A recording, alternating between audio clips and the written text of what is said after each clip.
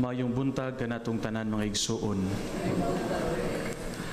Ang striking kaayo sa atong ebanghelyo karon mao ang giun sa pagtubag ni Jesus kining babay nga miduol kaniya ug nangayo sa iyahang panabang.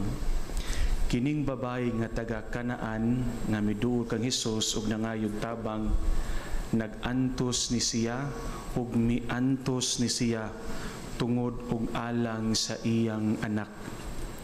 Apan ang nadawat sa moong babay gikan ni Jesus wala. Sa unang pagduol niya si Jesus wala mitubag.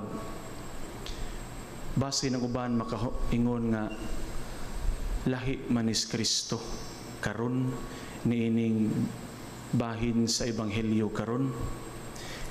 Imagine ang mga apostoles nga kanunay kuyog ni Jesus ug bisan kita nga naminaw sa mga ebanghelyo sama sa mga apostoles, labi na gayud ang mga apostoles, naanad ni sila nga si Jesus kung naay muduol mga yugtabang magpakiluoy, naanad sila nga ang response ni Jesus mudawat, mutabang, maluoy, ayuhon niya sa ilang mga sakit. Di ba? Mauni ang kanunay natong madungog sa ebanghelyo nga si Jesus maayo, maluluyon, matinabangon.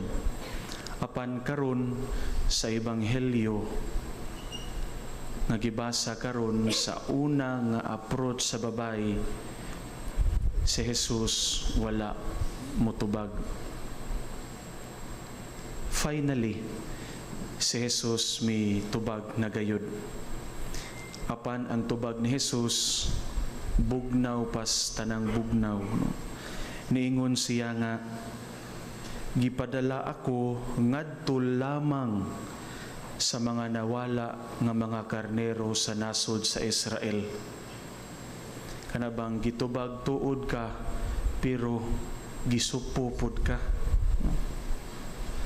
Sa pag-ingon ni Jesus, sa pagtubag ni Jesus nga gipadala ako alang lamang ngadto sa mga nangawala nga karnero sa Israel. Sa unang paminaw nato murag niingon si Kristo nga dili na nako concern, dili na nako katungdanan, murag niingon siya nga dili na nabahin sa akong jurisdiction.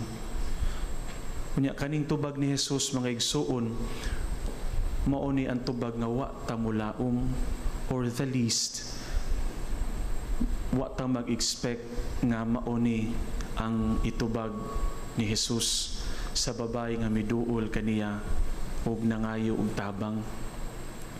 Pero tan-awa ang maong babay. Ang babay nagpabilin gyud siya.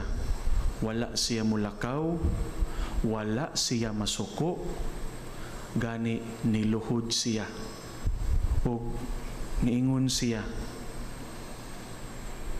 sa iyang pagpakiluoy, kung atong imaginon, grabe na ang iyang pagpakiluoy, no? Kung kita pa to, perti na gyud natong hangyo, niingon taon siya, Sir, tabangi in taon ako. Kana nga pulong og sa ingon ana nga paghangyo, Sir, tabangi in taon ako. Gipakita sa moong babae nga ligo ng iyang pagtuo niya, malumo kay siya nga nangayog tabang sa Ginoo. Murag ka ng ubang kaila nato ba nga buutan kayog mangutang, no? Pero tingbayad na, murag nalahi na, no? Pero ang kaning maong babae nga taga Kanaan mga igsuon, kana lang mismo nga wala siya masuko. Kay kun ang uban pa ato pwede gud kayong moingon may lang kadas uban nya siya ra gud tong usa. Si Jesus kung tapukan siya, iya gyapong ayuhon, pero kadto siya ra gyung usa, no? Nagpabilin ang babay kay nanginahanglan siya ug tungod usab sa iyang dakong gugma sa iyahang anak. Ang maong babay mga igsuon nagpabilin ngadto sa tiilan ni Hesus, nagpabilin sa paghangyo tungod sa iyahang dakong gugma sa iyahang anak. Tungod ni anahang gugmaha sa iyahang anak, mautoy nagtukmod niya nga magpaubos ug mohangyo og taman ni Hesus aron siya tabangan. Ug diha mga igsuon, sa katapusan nindot kaayog tubag ang Ginoo, inday pagkadako sa imong pagsalig matuman ang imong hangyo. Finally, the woman got the response he hoped. Finally, the woman got the response she came for. Mga igsuon, si Jesus wala mutubag dayon sa maong babay sa daghang mga posibilidad. Ang posibilidad nga ato ang pamalandungan karon nga mao nga si Jesus wala mutubag dayon sa maong babay dili kay gusto niyang paantuson lang ang babay, kundili gibuhat to ni Jesus kay iyang gilugit ug iyang gipagawas ang pagtuo nga diha ng daan sa kasing-kasing sa maong babay. Akong usbon gibuhat kadto ni Jesus aron ipagawas ug gilugit gyud niya ang pagtuo nga diha na sa kasing-kasing sa maong babay. Iyang gipalambo ang maong pagtuo, iyang gipalig-on ang maong pagtuo, o gani usa to sa mga pamaagi nga gitesting ang maong babayi. Kita mga igsuon sa ato ang pagkatao, daghan kaayo taog potensyal sa ato ang kaugalingon. Maybe daghan kaayo tag talento nga naa na daan nato, apan kinahanglan pang lugiton aron mugawas. Ug gani kitang tanan adunay dakong pagtuo alang sa Ginoo nga diha ng daan gitisok sa atong mga kasing-kasing. There are just moments that this faith has to be dig deep in our hearts. The most important lesson here is that when we pray and it seems like Jesus is not responding to us, we keep on praying. Mo'y gibuhat sa babay. At first, Jesus was not answering, but she kept on praying. Sometimes there are moments that God is not responding to us. He's telling us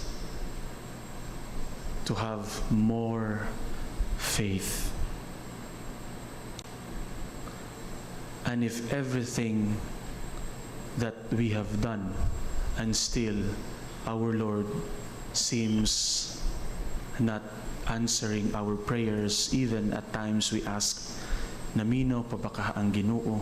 Maybe that is the time, and maybe that's the best way of God telling us, I know better than you do. I know all things better than you.